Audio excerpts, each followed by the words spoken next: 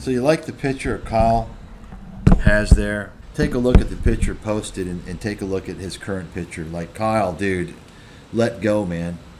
Like, let it go, dude. You're aging, okay? Use the current picture. I mean, seriously, Kyle, that's a ridiculous haircut that you have there. Dude, just shave it all off, really. I mean, look at that. Has anybody seen a more ridiculous display of hair than that? I mean, honestly, Kyle, it looks silly, man. Either get a wig, hair transplant, or just shave it off. I mean, I'm just trying to help you, man. It really does look weird. You see what like it's like the back of his head only. And it's like, I think it's just the back of his head, and he's letting it grow long in the back so that it kind of looks like it extends further up on his head. That's really bizarre. You know, he wants to make sure, you know, he makes sure this is where I want you to interview me. Wow, looks cool. You got the alcohol and what a fucking clown. So I've talked about Kyle in the past. So Kyle's one of the guys who shorted subprimes, and I know Kyle. I worked with Kyle in Bear Stearns, and you know, Kyle was a great salesman. He executed a lot of orders, did a lot of transactions, and I'm not going to get into other things because I don't know for sure, but basically, Kyle started his firm after things didn't work out. He left for Legg Mason, and things didn't work out there. He started his firm in 2005, back when I was kind of working through writing my book, doing all the stuff for that. And so anyway, so I mentioned Kyle because, of course, you know, Kyle was promoted in the media for a while, kind of like Michael Burry. Maybe not to this extent. But Kyle, he had a lot of bombs, a lot of failures, you see. So Michael Burry probably sees that and is a little more careful. So Kyle, for those of you, and you know, this is just off my memory. If I prepared, I could give you a rundown, or not even prepared, just kind of reviewed. I haven't even thought about this, but so Kyle basically, after the financial crisis, he has not done well. For about 8 years after, he averaged less than 2% annual returns. Since that time, another, say, 8 years, I can't imagine he's done so well. His assets under management have collapsed, and he has about $65 million under management in terms of what's in the market. Now, I don't know how much he's managing totally, but I can't imagine it's more than $200 million, or not much more anyway. Okay, that would assume he has a lot of cash. And remember, these are guys that made 200% in their great trade, right? So after this, of course, he got media attention, and he came out. His big thing was he went short Japan, short the yen, short Japan, thinking that just because Japan had a demographic problem, they were going to collapse. What he was too naive to realize is that everybody knew about the demographic problem. It didn't work out. Then he became a patent troll. Another naive, very naive of Kyle, thinking that he's going to come in and make money off of patent challenges off big pharma. Like, yeah, no one can do it but Kyle, right? And that was a fail, a big fail. And then he had his Hong Kong short. That was a big fail. I talked about that in the webinar. That's more recent, where he teamed up with that one Chinese guy, and that was a big fail. I think the fund that was dedicated to shorting the Hong Kong dollar, and of course this was during the Hong Kong riot. Any trade is going to be crowded, okay, even if it works out, and it didn't work out. I think that fund that was dedicated to the Hong Kong depeg, Hong Kong dollar depeg, which is what they were betting on, lost 98%. So Kyle And, Kyle has been desperate. Kyle even teamed up with Financial Sense, Jim Poplova, who is a big fucking scumbag. And you can take a look at Poplova. Every single person on there, they've got the right name. I was discriminated from Poplova. And the ones that don't have the right name, well, those are the ones that change their name. FYI. It's a big cabal. And Poplova, I don't know how they haven't gotten sued. This is a guy who is pumping Peter Schiff and hyperinflation. And you got to understand, they run a brokerage firm as well. They were pumping the Peter Schiff hyperinflation dog shit for many years. So Kyle Bass got in bed with them.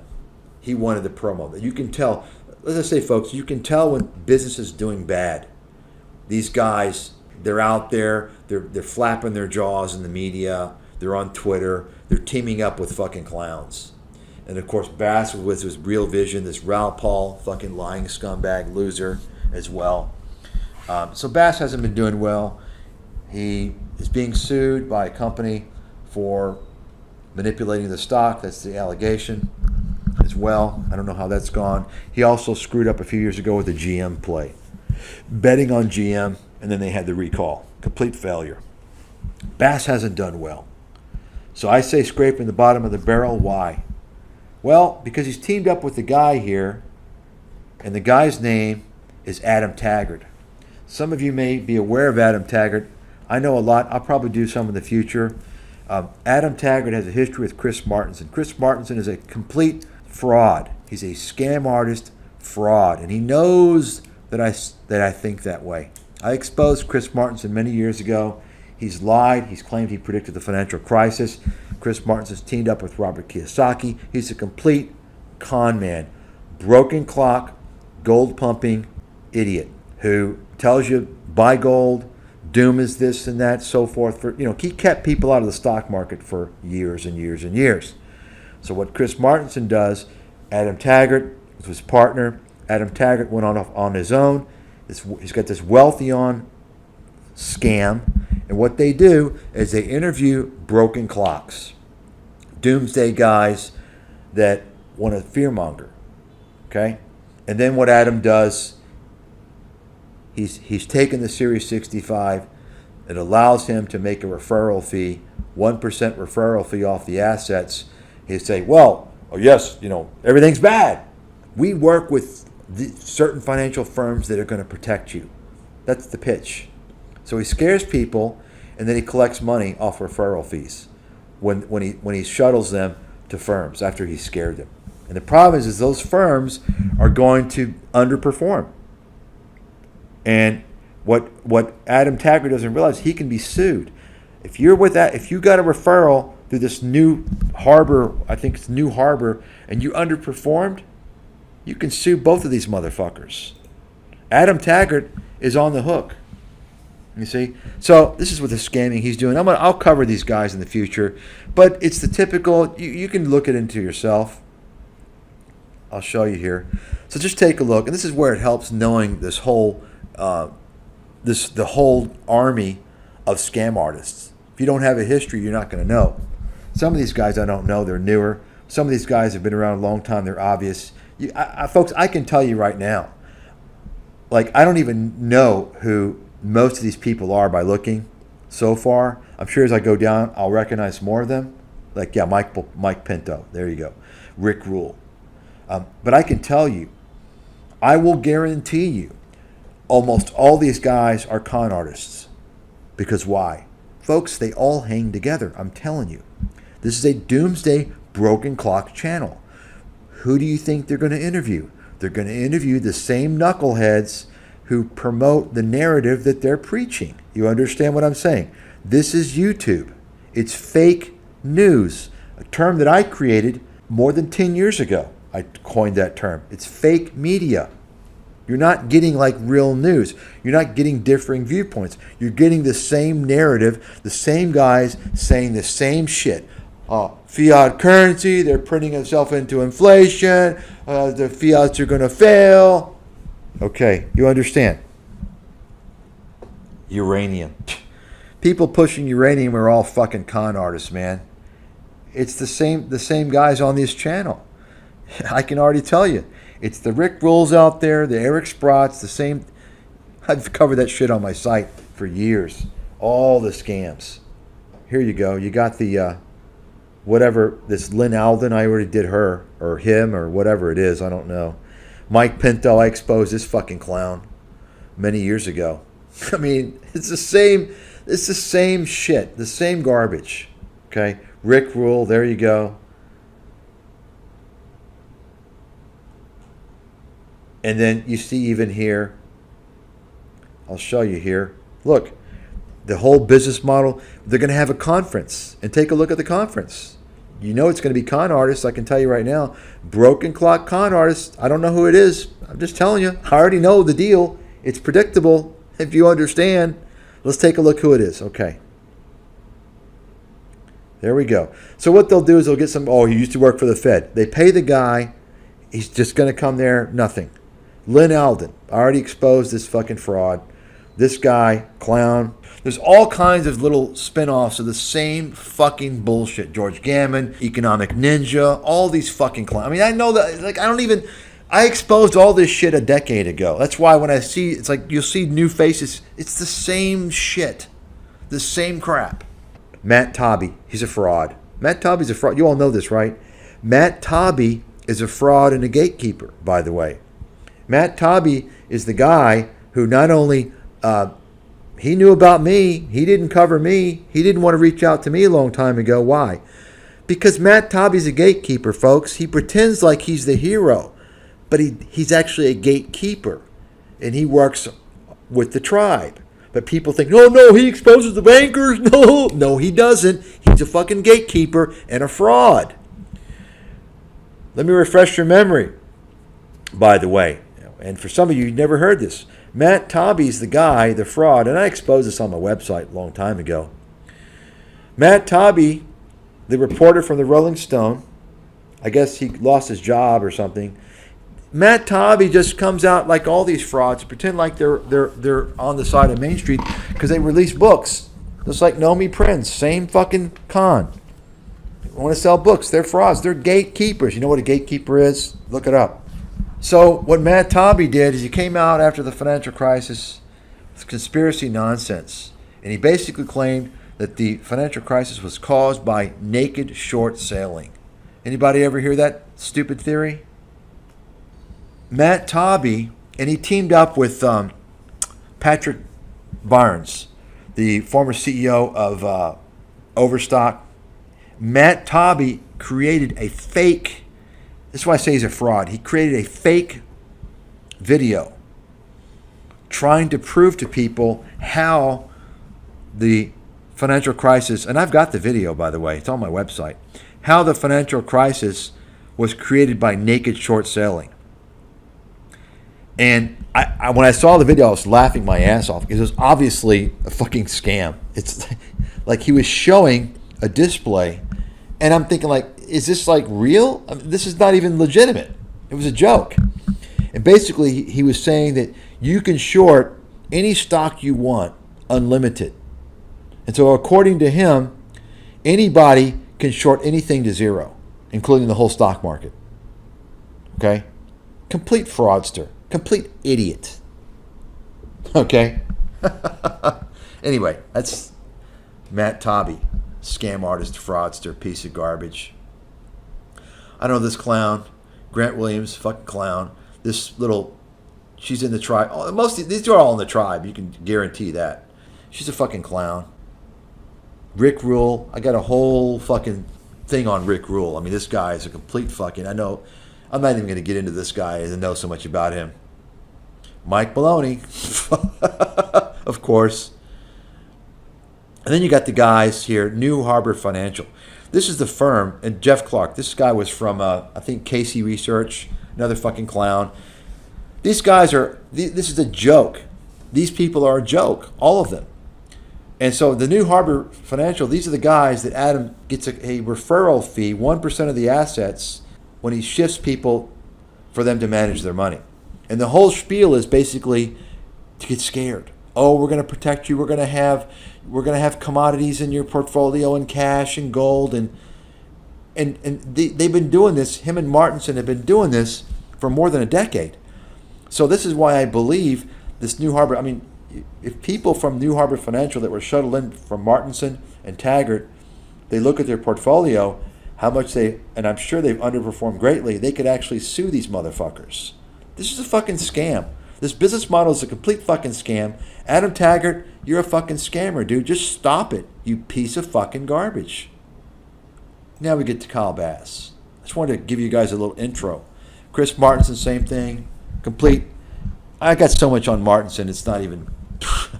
In a stagflationary environment for a while, meaning real returns will be negative, nominal returns. Now, remember, folks, if you're going to listen to somebody, you need to spend a lot of time researching their track record. Don't listen to what the media tells you. The media is always going to tell you that they're great. Think about it. You think the media is going to interview some person and say, well, your track record sucks. What do you have to say? The whole idea, there's two objectives of the media. And this is media, by the way. Adam Taggart's going to tell you how great this guy is to get the most views they can because that generates advertisement revenues. And also, they want to make sure and steer you into the gutter. So they interview clowns and broken clocks who they tell you are great. They don't tell you the truth about their track record. Why? Because if you listen to these guys, you're going to blow up, you're going to lose your money, and the advertisement slots are going to be valuable because those people who pay for the ad slots are going to be able to rescue the sheep who listen to the experts. Got it? So, investigate Kyle Bass's track record. So if it's Paul's going to say, well, Kyle Bass is short of the subprimes. He's a genius. That's how stupid Paul is. Paul, you're a dummy, man. Go back to real estate. You don't know stocks. Just stop it. Stop it, man. You're conning people. Just stop it. You're swindling people, man. Kyle's going to give you his pitch here. So think about this. This Wealthion, it's a fucking boiler room bullshit scam. And it's a scam because of what they're pulling. And Kyle is so desperate to get some type of money and exposure that he's going on. This is why I've entitled this, Kyle Bass is now scraping the bottom of the barrel. This tells you things just aren't going well for Kyle. Which is, I'm sorry to hear that, but it gets worse. Because Kyle now is pitching a fund. Think about it. You understand? You know how stupid, how delusional, how mentally ill the people that watch this channel, Wealthion, how stupid they are. Just read the comments. Spend some time on the channel and you'll see. Kyle is pitching to these idiots. So let's listen to what he has to say here. Your way through yen depreciation, and that's how it's going to affect the aging population of Japan. So you definitely don't want to be long yen dollar right now. Okay. All right. So many more questions on that, but like I said, we'll have to save them for next time. Well, you've given us just an awful lot to think about. You've given us an awful lot of your time. Thank you so much, Kyle. For folks that have really enjoyed getting to know you and your positions better through this interview, who would like to, follow you in your work, is there a place they can go? Sure. Our new private equity firm, where we're focused on defending our own net worth and friends' net worths and families' net worths from inflation, is called Conservation Equity Management. And if you go to that, I mean, this is shocking to me. Like, he's pitching this to a bunch of broke ass lunatic idiots. So,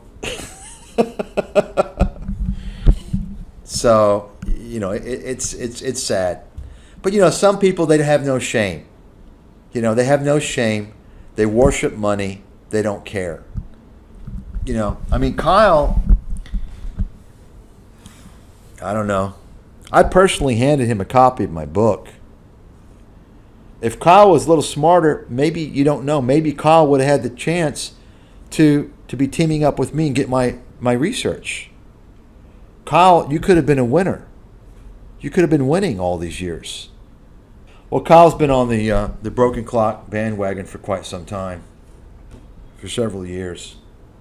Once again, like I said earlier in one of the streams, I said, Kyle Bass was in the media several years ago a lot, and he had so many epic failures that he just doesn't. He still gets media, but not like before. Just investigate what these guys have done, their performance. People don't do that. They don't do it. They go by with the media. If you listen to the media, you're fucked. You're absolutely fucked. Remember, YouTube is media, and all these fake investment gurus are patched into the media. They don't even realize how fucked up the media is. They're clueless. So, anyway. All right, folks, that's it. That's it for today.